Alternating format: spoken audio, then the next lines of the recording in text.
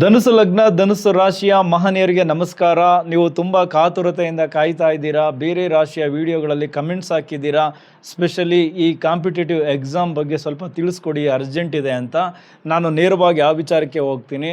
ಯಾಕೆಂದರೆ ಪಾಪ ಈಗ ತಾನೇ ಎಲ್ಲ ರಿಸಲ್ಟ್ ಬಂದಿದೆ, ಮುಂದಿನ ಎಕ್ಸಾಮ್ಗೋಸ್ಕರ ಕಾಯ್ತಾ ಇದ್ದಾರೆ.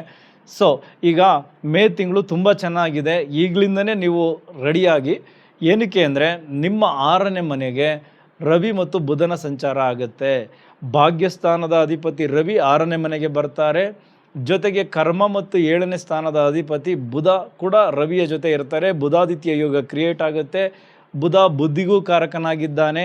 ಸೊ ಹಾಗಾಗಿ ಕಾಂಪಿಟೇಟರ್ಸ್ಗಳನ್ನು ಗೆಲ್ಲೋದಕ್ಕೆ ಒಳ್ಳೆಯ ಗ್ರಹಗಳು ಆ ಮನೆಗೆ ಬಂದು ಸಂಚಾರವನ್ನು ಮಾಡ್ತಾ ಇರೋದ್ರಿಂದ ನೀವು ನಿಮ್ಮ ಕಾಂಪಿಟೇಟಿವ್ ಎಕ್ಸಾಮನ್ನು ಚೆನ್ನಾಗಿ ಬರಿತೀರಾ. ಅದಕ್ಕೆ ಇನ್ನೊಂದು ಪ್ರಮುಖ ಕಾರಣ 3ನೇ ಮನೆಯಲ್ಲಿ ರಾಹುವಿನ ಸಂಚಾರ. ಪರಾಕ್ರಮ ಸ್ಥಾನ, ಧೈರ್ಯ ಎಲ್ಲವನ್ನು ಕೊಡ್ತಾರೆ. ಎಕ್ಸಾಮನ್ನು ಅದ್ಭುತವಾಗಿ ಫೇಸ್ ಮಾಡ್ತೀರಾ. ಟೆಕ್ನಿಕಲಿ ನಿಮ್ಮನ್ನು ತುಂಬ ಸ್ಟ್ರಾಂಗ್ ಮಾಡ್ತಾರೆ ಯಾರೋ ರಾಹು. ಆ್ಯಕ್ಚುಲಿ ಈಗ ಆ ಸ್ಕಿಲ್ಲು ನಿಮ್ಮಲ್ಲಿ ತುಂಬ ಚೆನ್ನಾಗಿದೆ. ಸೊ ಹಾಗಾಗಿ ಈ 6ನೇ ಮನೆಯ ಇಂಪ್ಯಾಕ್ಟ್, ರಾಹುವಿನ ಸಂಚಾರ ಎಲ್ಲವೂ ನಿಮಗೆ ನಿಮ್ಮ ಎಕ್ಸಾಮ್ಗೆ ತುಂಬ ಪೂರಕವಾಗಿದೆ. ಧನುಸು ಲಗ್ನ ಧನುಸು ರಾಶಿಯ ಯಾರ್ಯಾರು ನೀವು ಕಾಂಪಿಟೇಟಿವ್ ಎಕ್ಸಾಮನ್ನು ಫೇಸ್ ಮಾಡ್ತಾ ಇದ್ದೀರಾ, ಅದು ಮೇ 15ನೇ ತಾರೀಕು ಇದ್ದರೆ ತುಂಬ ಒಳ್ಳೆಯದು. ಮೇ 1ರಿಂದ 15ರವರೆಗೂ ಜ್ಞಾನಾರ್ಜನೆ ಮಾಡಿಕೊಳ್ಳಿಕ್ಕೆ, ಓದಲಿಕ್ಕೆ ತುಂಬ ಚೆನ್ನಾಗಿದೆ. ಅದನ್ನು ಸರಿಯಾಗಿ ಬಳಸ್ಕೊಳ್ಳಿ. 15ನೇ ತಾರೀಕು ನಂತರ ಎಕ್ಸಾಮ್ ಇದ್ದರೆ ಅದನ್ನು ತುಂಬ ಚೆನ್ನಾಗಿ ಅಟೆಂಡ್ ಮಾಡ್ತೀರಾ. ರವಿ ಆತ್ಮಬಲವನ್ನು ಜಾಸ್ತಿ ಮಾಡ್ತಾರೆ, ಬುಧ ಬುದ್ಧಿಯನ್ನು ಜಾಸ್ತಿ ಮಾಡ್ತಾರೆ. ಇನ್ನೊಂದು ಕಡೆ ರಾಹುವಿನ ಸಪೋರ್ಟ್ ಇದೆ.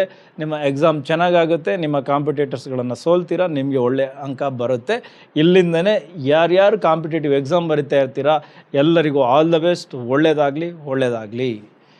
ಓಕೆ, ಈಗ ಇನ್ನೊಂದು ವಿಚಾರ ಇತ್ತು. ಮಹಿಳೆಯರು ನಮಗೆ ಯಾಕೆ ನೀವು ಹೇಳಲ್ಲ, ಬೇರೆ ಎಲ್ಲರಿಗೂ ಹೇಳ್ತೀರಾ, ಮಹಿಳೆಯರ ಬಗ್ಗೆ ಏನು ಕಾಳಜಿನೇ ಇಲ್ಲ, ಯಾಕೆ ನಮ್ಮ ಬಗ್ಗೆ ಹೇಳಲ್ವಾ, ಈ ಥರದ್ದೆಲ್ಲ ಪ್ರಶ್ನೆಗಳು ಬಂದಿದೆ. ನಾನು ಸಪ್ರೇಟಾಗಿ ಮಾಡಿದ್ರೆ ಈಗಲೇ 10-12 ನಿಮಿಷದ ವೀಡಿಯೋಗಳನ್ನು ಕೇವಲ 5ರಿಂದ 6 ನಿಮಿಷ ಜನ ನೋಡ್ತಾರೆ. ಬಟ್ ಯೂಟ್ಯೂಬಲ್ಲಿ ಯಾಕೆಂದರೆ ಒಂದು 7ರಿಂದ 8 ನಿಮಿಷ ನೋಡೋದಾಗಲೇ ಅದಕ್ಕೊಂದು ನಮ್ಮ ವೀಡಿಯೋ ಪುಷ್ ಆಗೋದು, ರೆಕಮೆಂಡ್ ಆಗೋದು. ನೀವೆಲ್ಲ ಸ್ಕಿಪ್ ಮಾಡಿ ನೋಡಿಬಿಡ್ತೀರಾ. ಆ ವಿಡಿಯೋ ರೆಕಮೆಂಡ್ ಆಗೋಲ್ಲ, ವ್ಯೂಸು ಕಡಿಮೆ ಆಗುತ್ತೆ. ಕಂಟೆಂಟ್ ಚೆನ್ನಾಗಿಲ್ಲ ಅಂತ ಕಡಿಮೆ ಆಗೋಲ್ಲ, ಬಟ್ ಏನಾಗುತ್ತೆ, ವ್ಯೂಸ್ ಜನ ಜಾಸ್ತಿ ಹೊತ್ತು ಎಂಗೇಜ್ಮೆಂಟ್ ತೊಗೊಂಡಿಲ್ಲ ಅಂತಲೂ ಕಡಿಮೆ ಆಗಿಬಿಡ್ತದೆ. ಆದರೂ ಪರವಾಗಿಲ್ಲ, ಮಹಿಳೆಯರಿಗೆ ಪಾಯಿಂಟ್ಸ್ಗಳನ್ನು ನಾನು ಸೇರಿಸ್ತೀನಿ. ಈಗ ಸ್ಪೆಷಲಿ ಈ ಧನುಸು ರಾಶಿ ಧನುಸು ಲಗ್ನದಿಂದನೇ ಶುರು ಮಾಡೋಣ. ನೋಡಿ, ನಿಮಗೆ 5ನೇ ಮನೆ ತುಂಬ ಚೆನ್ನಾಗಿ ಇಂಪ್ಯಾಕ್ಟ್ ಆಗ್ತಾ ಇದೆ. 5ನೇ ಮನೆಗೆ ಮೇ 1ನೇ ತಾರೀಕು ಬುಧ ಬರ್ತಾರೆ. ಬುಧ ಯಾರು ನಿಮಗೆ 7ನೇ ಮನೆಯ ಅಧಿಪತಿ, ಕಳತ್ರ ಸ್ಥಾನ. ಸೊ ಹಾಗಾಗಿ 5ನೇ ಮನೆ ಅಂದರೆ ಪ್ರೀತಿ, ಪ್ರೇಮ, ರೊಮ್ಯಾನ್ಸ್ ಎಲ್ಲವೂ ಇದೆ. ಈ ಅರ್ಧಾಷ್ಟಮ ಶನಿ ಅಂದರೆ ಮೀನರಾಶಿಯಲ್ಲಿ ಶನಿ ಸಂಚಾರ ಯಾವಾಗ ಶುರುವಾಯಿತು ಆಗ್ಲಿಂದನೇ ನಿಮ್ಮ ಮನಸ್ಸಿನಲ್ಲಿ ಹಲವಾರು ಗೊಂದಲಗಳು ಸೃಷ್ಟಿಯಾಗಿವೆ, ಮಾನಸಿಕ ಕಿರಿಕಿರಿಗಳು ಹೆಚ್ಚಾಗಿವೆ. ಬೇಡದ ವಿಚಾರಗಳಿಗೆ ಪರಸ್ಪರ ಗಂಡ ಹೆಂಡತಿಯೇ ಮನಸ್ತಾಪಗಳನ್ನು ಮಾಡ್ಕೊಳ್ತಾ ಇದ್ದೀರಾ. ಇದೆಲ್ಲವೂ ಇದೆ. ಆದರೆ ಇತರ ಗ್ರಹಗಳು ಸಪೋರ್ಟ್ ಸಿಕ್ಕಾಗ ಅದರ ನಡುವೆನೂ ಈ ಪ್ರೀತಿ, ಪ್ರೇಮ, ಪ್ರಣಯ ಎಲ್ಲವೂ ಆಗಬೇಕಲ್ಲ. ಸೊ ಅದಕ್ಕೆ ಮೇ ತಿಂಗಳು ತುಂಬ ಚೆನ್ನಾಗಿದೆ. ಮತ್ತಷ್ಟು ನಿಮ್ಮಿಬ್ಬರನ್ನು ಅರ್ಥ ಮಾಡ್ಕೊಳ್ಳೋದಕ್ಕೆ ಗ್ರಹಗಳು ಸಪೋರ್ಟ್ ಮಾಡ್ತಾರೆ. ಸೊ ಹಾಗಾಗಿ ಆ ತಿಂಗಳನ್ನು ಚೆನ್ನಾಗಿ ಬಳಸ್ಕೊಳ್ಳಿ. ಅದೇ ರೀತಿ 5ನೇ ಮನೆ ಮಕ್ಕಳ ಸ್ಥಾನವನ್ನು ಹೇಳುತ್ತೆ. ಮಕ್ಕಳಿಂದ ನಿಮಗೆ ಒಳ್ಳೆಯ ಸುದ್ದಿಗಳಂತೂ ಕಾಯ್ತಾ ಇದ್ದಾವೆ. ಸೊ ಅದು ಕೂಡ ಶುಭವಾಗಿ ಇರುತ್ತೆ. ಬಟ್ ಮಕ್ಕಳು ಸ್ವಲ್ಪ ಹಠ, ಅವರಿಗೆ ಹೆಚ್ಚು ಖರ್ಚಾಗೋದು ಇದೆಲ್ಲವೂ ಇದೆ ಮಹಿಳೆಯರಿಗೆ. ಸೊ ಅದರ ಜೊತೆಗೆ ಇದೇ ರವಿ ಮತ್ತು ಬುಧ 6ನೇ ಮನೆಗೆ ಬಂದಾಗ ನಿಮ್ಮ ಶತ್ರುಗಳು ಕೂಡ ದಮನ ಆಗ್ತಾರೆ. ಯಾರ್ಯಾರು ನಿಮ್ಮ ಬೆನ್ನ ಹಿಂದೆ ನಿಮ್ಮ ವಿರುದ್ಧ ಕೆಲಸ ಮಾಡ್ತಿದ್ರಲ್ಲ ಮಹಿಳೆಯರಿಗೆ, ಅವರೆಲ್ಲರೂ ಕೂಡ ಇವಾಗ ಸ್ವಿಚ್ ಆಫ್ ಆಗಿಬಿಡ್ತಾರೆ. ಗ್ರಹಗಳು ಹಂಗೆ ಮಾಡ್ತಾರೆ. ಬಟ್ ನೀವು ಇಲ್ಲಿ ಒಂದನ್ನು ಕಂಟ್ರೋಲ್ ಮಾಡ್ಕೋಬೇಕು, ನಂದೇ ನಡಿಬೇಕು, ಅಹಮ್ಮನ್ನು ತೋರಿಸೋದು. ಯಾಕೆಂದರೆ ರವಿ ಇದ್ದಾಗ ಆ ಥರ ಎಲ್ಲ ಆಗುತ್ತೆ. ಸೊ ಈ ಅರ್ಧಾಷ್ಟಮ ಶನಿಯ ಪ್ರಭಾವ ಒಂದು ಕಡೆ, ಈಗ ರವಿ ಬಂದು ಅಹಮ್ಮನ್ನು ಕೊಟ್ಟರೆ ಅದು ಚೆನ್ನಾಗಿರುತ್ತಾ? ಇಲ್ಲ. ಕಂಟ್ರೋಲ್ ಮಾಡ್ಕೊಳ್ಳಿ, ಮಿಕ್ಕಿದ್ದೆಲ್ಲವೂ ಚೆನ್ನಾಗಿದೆ. ಒಂದಷ್ಟು ಚಿನ್ನಾಭರಣ ಖರೀದಿಗೆ ಮುಂದಾಗ್ತೀರಾ. ಈ ಮನೆಗೆ ಸಂಬಂಧಪಟ್ಟಂತಹ ವಸ್ತುಗಳನ್ನು ತರೋದಕ್ಕೂ ಮುಂದಾಗ್ತೀರಾ. ಮೇ ತಿಂಗಳಲ್ಲಿ ಇದೆಲ್ಲ ಆಗುತ್ತೆ. ನಿಮ್ಮಿಂದ ನಿಮ್ಮ ಪತಿದೇವರಿಗೂ ಕೂಡ ಅವರವರ ವೃತ್ತಿಯಲ್ಲಿ ಸ್ವಲ್ಪ ಏಳಿಗೆಗಳು ಕಾಣಿಸುತ್ತೆ. ಇದೆಲ್ಲ ಮಹಿಳೆಯರಿಗೆ ಚೆನ್ನಾಗಿದೆ. ಬಟ್ ಆರೋಗ್ಯದ ವಿಚಾರದಲ್ಲಿ ತುಂಬ ಎಚ್ಚರಿಕೆಗಳನ್ನು ತೆಗೆದುಕೊಳ್ಬೇಕು. ಸ್ಪೆಷಲಿ ಬ್ಲಡ್ ರಿಲೇಟೆಡ್ ಇಶ್ಯೂಸ್ ಏನಾದರೂ ಇದ್ದರೆ ಈಗಲೇ ಅದನ್ನು ತೋರಿಸ್ಕೊಳ್ಳಿ. ಅಥವಾ ಬ್ಲಡ್ ಕೊಡುವಂತಹ ದೇಹ ಸ್ಥಿತಿ ನಿಮ್ಮದಾಗಿದ್ದರೆ ಮಹಿಳೆಯರು ಹೋಗಿ ಬ್ಲಡ್ ಕೊಡಿ. ಓಕೆ, ಅದು ಒಳ್ಳೆಯದು. ಒಂದು ನಿಮ್ಮ ಯಜಮಾನರ ಆರೋಗ್ಯವೂ ಚೆನ್ನಾಗಿರುತ್ತೆ, ನಿಮ್ಮ ಆರೋಗ್ಯವೂ ಚೆನ್ನಾಗಿರುತ್ತೆ. ಒಂದಷ್ಟು ಕುಜ ದೋಷಗಳು ನಿಮ್ಮ ಜಾತಕದಲ್ಲಿದ್ದರೆ ಅದು ಕೂಡ ಕಡಿಮೆ ಆಗುತ್ತೆ. ಅದನ್ನು ಮಾಡ್ಕೊಳ್ಳಿ.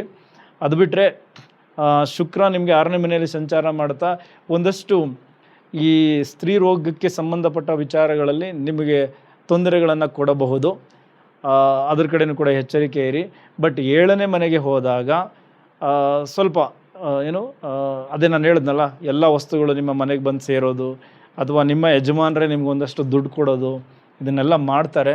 ಇದೆಲ್ಲ ಮೇ ತಿಂಗಳಲ್ಲಾಗುತ್ತೆ. ಚೆನ್ನಾಗಿ ಅದನ್ನು ಸ್ವೀಕರಿಸಿ. ಬಟ್ ಹಠವನ್ನು ಬಿಡಬೇಕು. ಅರ್ಧಾಷ್ಟಮ ಶನಿಯಿಂದ ಆಗುತ್ತಿರುವ ಮಾನಸಿಕ ಕಿರಿಕಿರಿಗಳನ್ನು ನೀವೇ ಸರಿ ಮಾಡಿಕೊಳ್ಬೇಕು. ಓಕೆ, ಇದನ್ನು ಮಾಡಿಕೊಂಡ್ರೆ ಮಹಿಳೆಯರಿಗೆ ತುಂಬ ಚೆನ್ನಾಗಿರುತ್ತೆ. ಇನ್ನು ಅದೇ ರೀತಿ ನಾವು ವೃತ್ತಿಯ ವಿಚಾರಗಳನ್ನು ಈಗ ಮುಂದುವರ್ಸೋದಾದರೆ ನೋಡಿ, ಅರ್ಧಾಷ್ಟಮ ಶನಿ ಅಲ್ಲಿಂದ ನಿಮ್ಮ ಕರ್ಮಸ್ಥಾನಕ್ಕೆ ದೃಷ್ಟಿಯನ್ನು ಕೊಡ್ತಾರೆ. ಹಾಗಾಗಿ ಈ ಪ್ರೈವೇಟ್ ಎಂಪ್ಲಾಯೀಸ್ ಇರಲಿ, ಗೌರ್ಮೆಂಟ್ ಅಧಿಕಾರಿಗಳಿರಲಿ, ನಿಮಗೆ ಹೆಚ್ಚಿನ ಜವಾಬ್ದಾರಿಗಳು ಬರ್ತಾ ಇದೆ. ಅದು ತಗೋಬೇಕಾದ ಪರಿಸ್ಥಿತಿಗಳು ಕೂಡ ನಿಮಗೆ ಎದುರಾಗಿದೆ. ಯಾಕೆಂದರೆ ನೀವು ಮಾಡಬೇಕಾದ ಇದಿಲ್ಲ, ಮಾಡಲೇಬೇಕು ಅಂತೇನಿಲ್ಲ. ಬಟ್ ನೀವು ಮಾಡಲಿಲ್ಲ ಅಂದರೆ ಎಲ್ಲೋ ಒಂದು ಕಡೆ ನಿಮ್ಮ ಪ್ರೊಫೈಲ್ಗೆ ಹಿನ್ನಡೆ ಆಗುತ್ತೆ ಅನ್ನುವಂತಹ ಪರಿಸ್ಥಿತಿಗಳು ಕ್ರಿಯೇಟ್ ಆಗಿ ಆ ಜವಾಬ್ದಾರಿಗಳನ್ನು ಮೈ ಮೇಲೆ ತಗೊಳ್ತಾ ಇದ್ದೀರಾ, ಹೆಚ್ಚು ಕೆಲಸಗಳನ್ನು ಮಾಡ್ತಾ ಇದ್ದೀರಾ. ಇದರಿಂದ ಸ್ವಲ್ಪ ಒತ್ತಡಗಳು ಜಾಸ್ತಿ ಆಗ್ತಾ ಇದೆ. ಆದರೆ 15ನೇ ತಾರೀಕು ನಂತರ 6ನೇ ಮನೆಗೆ ಈ ಸರ್ಕಾರಿ ಕಾರಕ ರವಿ ಜೊತೆಗೆ ಬುಧ ಬಂದಾಗ ನಿಮ್ಮ ಭಾಗ್ಯಸ್ಥಾನದ ಅಧಿಪತಿಯಾಗಿರೋದ್ರಿಂದ ನಿಮಗೆ ಸ್ವಲ್ಪ ವರ್ಗಾವಣೆಗಳು ಒಳ್ಳೆಯ ರೀತಿಯಲ್ಲಿ ಆಗುತ್ತೆ, ಬಡ್ತಿಯೂ ಸಿಗುತ್ತೆ. ಅದೇ ರೀತಿ ಪ್ರೈವೇಟ್ ಎಂಪ್ಲಾಯೀಸ್ ನಿಮಗೆ ಸಂಬಳ ಕೂಡ ಜಾಸ್ತಿ ಆಗುತ್ತೆ. 15ನೇ ತಾರೀಕು ನಂತರ ಹೊಸ ಜಾಬನ್ನ ಹುಡುಕ್ತಾ ಇದ್ದರೆ ಒಳ್ಳೆಯ ಕೆಲಸ ಸಿಗುತ್ತೆ. ಹೊಸದಾಗಿ ಕೆಲಸ ಹುಡುಕೋರ್ಗೂ ಕೂಡ ಒಳ್ಳೆಯ ಜಾಬ್ ಸಿಗುತ್ತೆ, ಟ್ರೈ ಮಾಡಬಹುದು, ತುಂಬ ಚೆನ್ನಾಗಿರುತ್ತೆ. ಓಕೆ, ನಿಮ್ಮ ಏನು ಓದ್ಕೊಂಡಿದ್ದೀರಾ, ಏನು ಅಟೆಂಡ್ ಮಾಡ್ತಾ ಇದ್ದೀರಾ ಇಂಟರ್ವ್ಯೂಸ್, ಸೊ ಆಯಾ ಕ್ಷೇತ್ರಗಳಿಗೆ ಸಂಬಂಧಪಟ್ಟಂತೆ ಡೆಫಿನೆಟ್ಲಿ ಒಳ್ಳೆಯ ಕೆಲಸಗಳನ್ನು ಗಳಿಸ್ಕೊಳ್ತೀರಾ ಈ ಒಂದು ಗ್ರಹಗಳ ಕಾಂಬಿನೇಷನ್ನಿಂದ. ಇನ್ನು ಅದೇ ರೀತಿ 3ನೇ ಮನೆ ರಾಹು ಶತಭಿಷ ನಕ್ಷತ್ರದಲ್ಲಿ ಸಂಚರಿಸ್ತಾ ಇರೋದ್ರಿಂದ 3ನೇ ಮನೆ ಆನ್ಲೈನ್ ಮೀಡಿಯಾ, ಕಮ್ಯುನಿಕೇಷನ್, ಬರವಣಿಗೆ, ಕೈ ಚಳಕದ ಜಾಬ್ಸ್, ಇಂಟರ್ನೆಟ್, ನಿರ್ಧಾರ ತೆಗೆದುಕೊಳ್ಳೋದಕ್ಕೆ ಒಳ್ಳೆಯ ಸಮಯ, ಇದನ್ನೆಲ್ಲ ತಿಳಿಸುತ್ತೆ.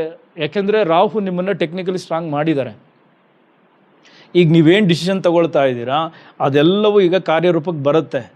ಆಲ್ರೆಡಿ ತಗೊಳ್ತಾ ಇದ್ದೀರಾ, ಬಟ್ ಮೇ ತಿಂಗಳಲ್ಲಿ ಅದನ್ನು ಕಾರ್ಯರೂಪಕ್ಕೆ ತರೋದಕ್ಕೆ ಗ್ರಹಗಳ ಸಪೋರ್ಟ್ ತುಂಬ ಚೆನ್ನಾಗಿದೆ. ನಿಮಗೆ ಬರ್ತಾ ಇರುವ ಐಡಿಯಾಗಳನ್ನೆಲ್ಲ, ಕ್ರಿಯೇಟಿವ್ ಐಡಿಯಾಗಳನ್ನೆಲ್ಲ ಬಳಸ್ಕೊಳ್ಳಿ. ನಿರ್ಧಾರಗಳು ಏನೇನು ಮಾಡ್ಕೊಳ್ತಾ ಇದ್ದೀರಾ ಅದೆಲ್ಲವೂ ಕೈ ಹಿಡಿತದೆ. ಮುಂದುವರಿರಿ. ವ್ಯಾಪಾರವನ್ನು ವಿಸ್ತರಣೆ ಮಾಡಿಕೊಳ್ಳಲಿಕ್ಕೆ ಇದು ತುಂಬ ಚೆನ್ನಾಗಿರುವ ಸಮಯ, ಮಾಡಿಕೊಳ್ಳಿ. ಯಾಕೆಂದರೆ ನಿಮ್ಮ 7ನೇ ಮನೆಯಲ್ಲಿ ಗುರುವಿನ ಸಂಚಾರ ಆಗ್ತಾ ಇದೆ. ಪಾಲುದಾರಿಕೆಯ ವ್ಯವಹಾರವು ಕೂಡ ತುಂಬ ಚೆನ್ನಾಗಿದೆ. ನಿಮ್ಮಿಬ್ಬರ ನಡುವೆ ಟ್ರಾನ್ಸ್ಪರೆನ್ಸಿ ತುಂಬ ಚೆನ್ನಾಗಿ ನಡೀತಾ ಇದೆ. ಈಗ ನಿಮ್ಮ ಬಿಸ್ನೆಸ್ಸನ್ನು ಇನ್ನೊಂದು ಹಂತಕ್ಕೆ ತೆಗೆದುಕೊಂಡು ಹೋಗ್ಬೋದು. ಡೆಫಿನೆಟ್ಲಿ ಅದಕ್ಕೆ ಟ್ರೈ ಮಾಡಿ. ಅದೇ ಮನೆಗೆ ಶುಕ್ರ ಬಂದಾಗ ಯಾರಾದರೂ ಫೀಮೇಲ್ ಪಾರ್ಟ್ನರ್ಶಿಪ್ಪಲ್ಲಿ ಬಂದು ನಿಮ್ಮ ಜೊತೆ ಕೈ ಜೋಡಿಸ್ಬೋದು. ಒಂದು ಸ್ತ್ರೀಯಿಂದ ನಿಮ್ಮ ವ್ಯಾಪಾರವು ವೃದ್ಧಿ ಆಗುತ್ತೆ. ಓಕೆ, ಗ್ರಾಹಕರು ಕೂಡ ತುಂಬ ಚೆನ್ನಾಗಿ ಆಯಾ ವ್ಯಾಪಾರಗಳಿಗೆ ಸಂಬಂಧಪಟ್ಟಂತೆ ಹೆಚ್ಚಾಗುವಂತಹ ಸಮಯ ಧನುಸು ಲಗ್ನ, ಧನುಸು ರಾಶಿಯವರಿಗೆ. ಒಂದೇ ಎಲ್ಲರಿಗೂ ಕೂಡ ಈ ಅರ್ಧಾಷ್ಟಮ ಶನಿ ಸ್ವಲ್ಪ ಮೆಂಟಲ್ ಡಿಸ್ಟರ್ಬ್ ಮಾಡುತ್ತೆ, ಕಿರಿಕಿರಿಯನ್ನು ತರುತ್ತೆ. ಆದರೂ ಬರುವಂತಹ ಲಾಭವನ್ನು ಸರಿಯಾಗಿ ಬಳಸ್ಕೊಂಡು ಸರಿಯಾದ ಕಡೆ ಇನ್ವೆಸ್ಟ್ಮೆಂಟ್ ಮಾಡಿದ್ರೆ ನೀವು ಗೆಲ್ತೀರಾ. ನೋಡಿ, 5ನೇ ಮನೆ ಷೇರು ಮಾರುಕಟ್ಟೆಯನ್ನು ಹೇಳುತ್ತೆ. ಅಲ್ಲಿಗೆ 12ನೇ ತಾರೀಕು ಕುಜ ಬಂದಾಗ ಸ್ವಲ್ಪ ವೇಗವನ್ನು ಜಾಸ್ತಿ ಮಾಡ್ತಾರೆ, ಆತುರದ ನಿರ್ಧಾರಗಳನ್ನು ಜಾಸ್ತಿ ಮಾಡಿಬಿಡ್ತಾರೆ. ನೀವು ಅಲ್ಲಿ ಕಂಟ್ರೋಲ್ ಆಗಿದ್ದರೆ ನಷ್ಟ ಆಗೋದು ಕಡಿಮೆ ಆಗುತ್ತೆ. ಯಾಕೆ ಅಂದರೆ ಕುಜ 12ನೇ ಮನೆ ಅಧಿಪತಿನೂ ಹೌದು, ವ್ಯಯದ ಸ್ಥಾನದ ಅಧಿಪತಿನೂ ಹೌದು ಅಲ್ವಾ. ಸೊ ಹಾಗಾಗಿ ಕೆಲವು ಆತುರದ ನಿರ್ಧಾರಗಳನ್ನು ನೀವು ವ್ಯಯ ಮಾಡಿಕೊಳ್ಳಬೇಕಾದಂಥ ಸಂದರ್ಭಗಳು ಕ್ರಿಯೇಟ್ ಮಾಡಬಹುದು. ಸೊ ಅಲ್ಲಿ ಎಚ್ಚರಿಕೆಯಿಂದ ಇರಿ. ಇನ್ನು ಕೋರ್ಟ್ ಕೇಸ್ಗೆ ಸಂಬಂಧಪಟ್ಟಂತೆ ನೋಡೋದಾದರೆ ಡೆಫಿನೆಟ್ಲಿ ವಿರೋಧಿಗಳನ್ನು ಗೆಲ್ಲುವಂತಹ ಸಮಯ. ಒಂದು ಕಡೆ ರಾಹು ಸಪೋರ್ಟ್, ಇನ್ನೊಂದು ಕಡೆ ಬುಧ ಮತ್ತು ರವಿ 6ನೇ ಮನೆಯಲ್ಲಿ ಸಂಚಾರ ಮಾಡ್ತಾ ನಿಮ್ಮ ಕೋರ್ಟ್ ಕೇಸ್ ವಿಚಾರಗಳಲ್ಲಿ ಗೆಲುವನ್ನು ನಿಮಗೆ ತಂದು ಕೊಡ್ತಾರೆ. ಇನ್ನು ಪ್ರೀತಿ ಪ್ರೇಮ ಪ್ರಣಯ 5ನೇ ಮನೆ. ಸೊ ಹಾಗಾಗಿ ಪ್ರೇಮಿಗಳ ನಡುವೆಯೂ ಕೂಡ ಈಗ ತುಂಬ ಚೆನ್ನಾಗಿರುವಂತಹ ಸಮಯ. ಆದರೆ ಈಗೋ ಬರಬಾರದು, ನಾನು ಹೇಳಿದ್ದೇ ನಡೆಯಬೇಕು ಅನ್ನುವಂತಹ ಮನೋಭಾವನೆ ಇಟ್ಕೊಳ್ಳೋಕೆ ಹೋಗಬೇಡಿ. ನಿಮ್ಮ ನಡುವೆ ನಿಮ್ಮ ಸಂಬಂಧಗಳನ್ನು ಉಳಿಸ್ಕೊಳ್ಳಿ. ಪ್ರೀತಿ ಪ್ರೇಮ ಚೆನ್ನಾಗಿರುತ್ತೆ. ಮದುವೆಯ ಮಾತುಕತೆಗೆ ಇವಾಗ ತುಂಬ ಚೆನ್ನಾಗಿರುವ ಸಮಯ, ಅದರ ಕಡೆ ಗಮನ ಕೊಡಿ. ಪ್ರೇಮಿಗಳು ದಂಪತಿಗಳಾಗಬಹುದು, ಟ್ರೈ ಮಾಡಿ. ಸೊ ಇನ್ನು ಕೃಷಿಕರಿಗೆ 4ನೇ ಮನೆ ಶನಿ ಮಹಾತ್ಮರ ಒಂದು ಸಂಚಾರದಿಂದ ಸಾಕಷ್ಟು ತೊಂದರೆಗಳು, ನಿಧಾನ, ಏನೂ ಸರಿ ಹೋಗ್ತಾ ಇಲ್ಲ ಅನ್ನುವಂತಹ ಪರಿಸ್ಥಿತಿಗಳಿದ್ದರೂ ಇತರ ಗ್ರಹಗಳ ಬೆಂಬಲದಿಂದ ಒಂದಷ್ಟು ಲಾಭಗಳನ್ನು ಕೂಡ ನೀವು ಕಾಣ್ತಾ ಇದ್ದೀರಾ ನಿಮ್ಮ ಕೃಷಿಯಲ್ಲಿ. ಸೊ ಹಾಗಾಗಿ ತುಂಬ ಮೆಂಟಲಿ ಡಿಸ್ಟರ್ಬ್ ಆಗಬೇಕು ಅಂತಿದೆ. ಏನಕ್ಕೆ ಅಂದರೆ ಏನೋ ಮಾಡೋಕ್ಕೆ ಹೋಗ್ತೀರಾ, ಅಲ್ಲಿ ಏನೇನೋ ಡಿಸ್ಟರ್ಬ್ ಆಗುತ್ತೆ. ಅದೆಲ್ಲ ಕೊನೆ ಮೂಮೆಂಟಲ್ಲೆಲ್ಲ ಚೆನ್ನಾಗಾಗುತ್ತೆ, ಬಟ್ ಅದನ್ನೆಲ್ಲ ಸೆಟ್ ಮಾಡೋದಕ್ಕೆ ತುಂಬ ಟೆನ್ಷನ್ ತೊಗೋಬೇಕಾಗತ್ತೆ, ತುಂಬ ಓಡಾಡಬೇಕಾಗತ್ತೆ. ಈ ಥರದ್ದೆಲ್ಲ ಶನಿ ಮಹಾತ್ಮರು ಕೊಡ್ತಾರೆ. ಅಂತಿಮವಾಗಿ ರಿಸಲ್ಟ್ ನಿಮ್ಮ ಪರವಾಗಿರುತ್ತೆ.